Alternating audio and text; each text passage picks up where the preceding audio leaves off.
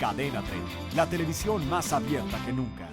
Y mire, verdaderamente en el asunto de la economía y lo que tiene que ver con las redes sociales, cada día nos sorprendemos más.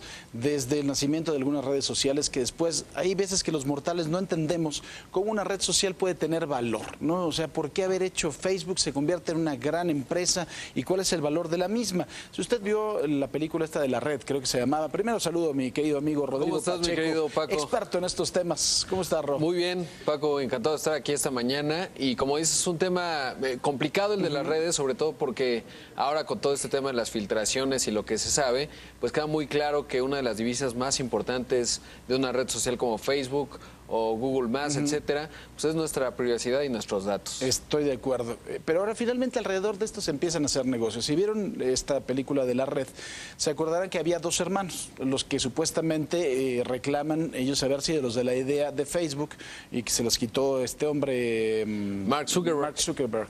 Pero estos dos chavos son como que dos hermanos muy activos y ellos finalmente no inventaron, pero sino están tratando de llevar a la bolsa de valores algo que se denomina como bitcoins. Exactamente, está bien interesante, eran los malos de la historia y ahora se están resarciendo por lo menos en su imagen, porque estos bitcoins son una moneda que no le emite ninguna compañía en particular, es simplemente una moneda virtual que existe allá afuera y el mercado es el que determina su precio. Ha habido una burbuja de repente en esta moneda, estaba en $10, por ejemplo, a principios de este año y posteriormente llegó a cotizarse hasta en $230. ¿Qué hacen los hermanos Winklevoss?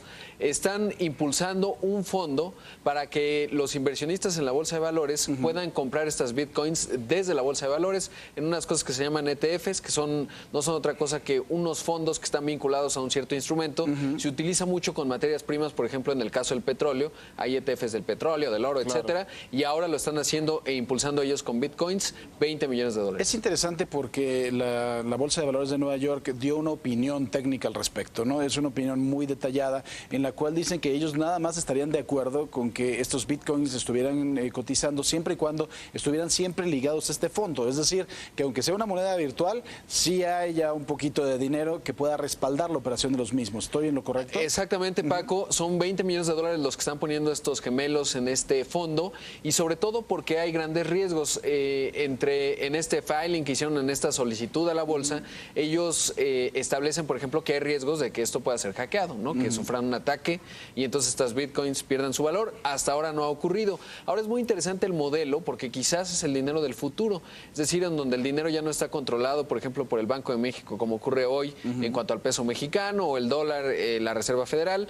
Estos bitcoins no hay un organismo central que los regule, simplemente es la oferta del mercado y la demanda que haya de estas bitcoins. A ver, ahora, para los seres mortales que no entendemos de estos temas, nos es muy difícil. Cuando tú hablas de petróleo y me dices, bueno, es que este fondo o este ETF está ligado al petróleo, pues lo entiendes, ¿no? El petróleo lo saques de la tierra, si se vende más caro, se vende más barato, si hay países que descubrieron un nuevo pozo, pues entonces tendrá más valor estos ETFs. Pero ¿cómo diablos te explicas algo que no puedes tocar, convertirlo en dinero? O sea, ¿qué son los bitcoins? ¿Dónde los puedes ver? ¿En dónde pueden tomar valor? ¿Quién los compra? ¿Quién los vende? ¿Para qué sirven? Sirven, es muy interesante porque al final es como un billete. Si uno ve el papel moneda, ¿cuál es su valor? Claro. Es el consenso que le damos tú y yo para decir este vale 500 pesos, 50 pesos, etcétera. Es un consenso. Y justo el Bitcoin es un consenso para realizar operaciones, sobre todo en la red. Pero incluso, Paco, ya hay, por ejemplo, cajeros en donde tú puedes ir con tu tarjeta y puedes depositar tus Bitcoins y luego te dan dólares a cambio, depende cómo esté la cotización. Obviamente, igual que los bancos, pues se llevan un margen ahí. Pero básicamente es un consenso imaginario con respecto al valor arbitrario que le dan a estas bitcoins y básicamente puedes hacer muchas operaciones en el universo virtual. ¿Me sirven para comprar cosas los bitcoins? Eventualmente sí, por ejemplo, si tú vas a este cajero, pues ya acumulaste una serie de bitcoins porque vendiste tu libro en línea. Entonces la gente, tú dijiste mi libro vale 10 bitcoins. En lugar de venderlo en dólares. En lugar de venderlo en dólares. Y luego tienes ya tu cuenta con muchos bitcoins y puedes ir a ciertos lugares y los puedes canjear. Aunque todavía el entorno del universo de esta moneda sigue siendo eminentemente virtual y no va a ser fácil que puedas sacar ese dinero. A ver, otra de las cosas, por ejemplo, ahora que está tan de moda el jueguito este que los trae a todos atarantados aquí del Candy Crush. El Candy Crush. ¿Me sirve para algo los bitcoins en Candy Crush, en ese mundo? Me parece que en Candy Crush todavía no. Te piden la tarjeta para que vayas comprando estos niveles, que está destruyendo la productividad del mundo porque personas se pasan horas y horas jugando el famoso Candy Crush. Pero eventualmente, por ejemplo, si Candy Crush aceptara bitcoins, pues las podrías utilizar para comprar más niveles. Pero también te digo, para comprar servicios en la red, si tú quieres ¿Es una mandar... especie de PayPal? Es una suerte de PayPal, exactamente, pero a diferencia de PayPal, que tienes que poner los números de tu tarjeta y te cobran en pesos o en dólares, en este caso, pues es una moneda virtual. ¿Cómo puedes comprar esta moneda virtual? Hay ciertos lugares en donde tú vas y dices, yo tengo $100, los cambio por bitcoins, y una vez que tienes... Me los van a dar al tipo de cambio que esté en ese momento. que está en ese momento. ¿Quién inventó esta jalada? Me quedé ¿Sabes qué? Difícil de entender. Está complicado, es realmente muy sofisticado el concepto. Lo inventaron en Reino Unido, un sujeto se puso a hacer unos algoritmos y dijo, yo encuentro una moneda que se vuelve invulnerable porque como esta moneda incluye y tiene el insumo de toda la información de la demanda y de la oferta que hay. Y cómo no se hacen, por ejemplo, 3,000 millones de bitcoins de la noche a la mañana y entonces habría inflación de bitcoins y ya sabemos lo que pasa con la pierden inflación. su valor. Claro, entonces en Reino Unido un científico en ciencias de la computación empezó a generar la idea y finalmente se ha ido implantando. Es un modelo además que también tiene cierto componente de rebeldía porque con esto muchos hackers y muchas personas en el mundo dicen salgámonos del control de los bancos centrales del mundo. ¿Qué me importa el Banco de México? ¿Qué me importa la Reserva Federal o el Banco de Inglaterra? Yo tengo mi propio dinero. Yo tengo mi propio dinero cuyo valor está establecido por la oferta y la demanda.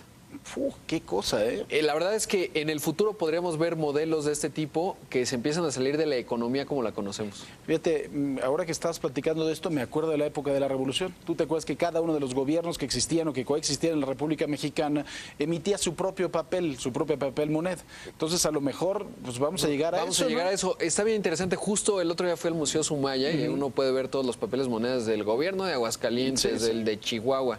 Y sí, justo ello. Cada quien, pues, al final el dinero es un consenso imaginario que nosotros le damos, ¿no? Entonces, ¿qué te dice que ese pedacito de papel ya que tiene medio plástico, el de 50, vale eso, lo que te dicen que vale? Al final, pues es un consenso que inventa el Banco Central de acuerdo a una serie de mecanismos. Por eso hay que comprar bienes inmuebles. Exactamente, eso sí va. Bienes raíces porque el lo petróleo puedes que tocar. ahí lo puedes tocar o lo puedes transformar en gasolina. No, pero ¿cómo está cambiando de verdad? Sí. De antes de decir, bueno, esto es lo que vale, el patrón oro, ¿no? En su momento, después de la Segunda Guerra Mundial, el pacto de Bretton Woods, el Fondo Monetario Internacional, el oro que lo podías tocar, que está guardado en el Fuerte Knox, a cómo estamos de verdad poco a poco mutando a este tipo de conceptos. Qué interesante. Sí, puedes pasar meses y años sin ver tu dinero como tal. Te depositan en una cuenta que tiene unos numeritos cuando vas al cajero y con ese dinero imaginario en una tarjeta de plástico vas y pagas, te lo aceptan. Y ya no ves, digamos, los billetes per se. Pues y hacia allá vamos. Qué interesante, mi querido Rodrigo Pacheco. Muchísimas gracias. Gracias, Paco. Bueno, y además que escuchen tu programa en Imagen. Sí, 6 de la mañana, de 6 a 6:45, en Imagen 90.5 FM. Me parece perfecto. Gracias, gracias, Paco. Suscríbete a nuestro canal de YouTube para que siempre estés informado de las últimas noticias de México y el mundo. Empieza ahora mismo, dándole clic a estos videos.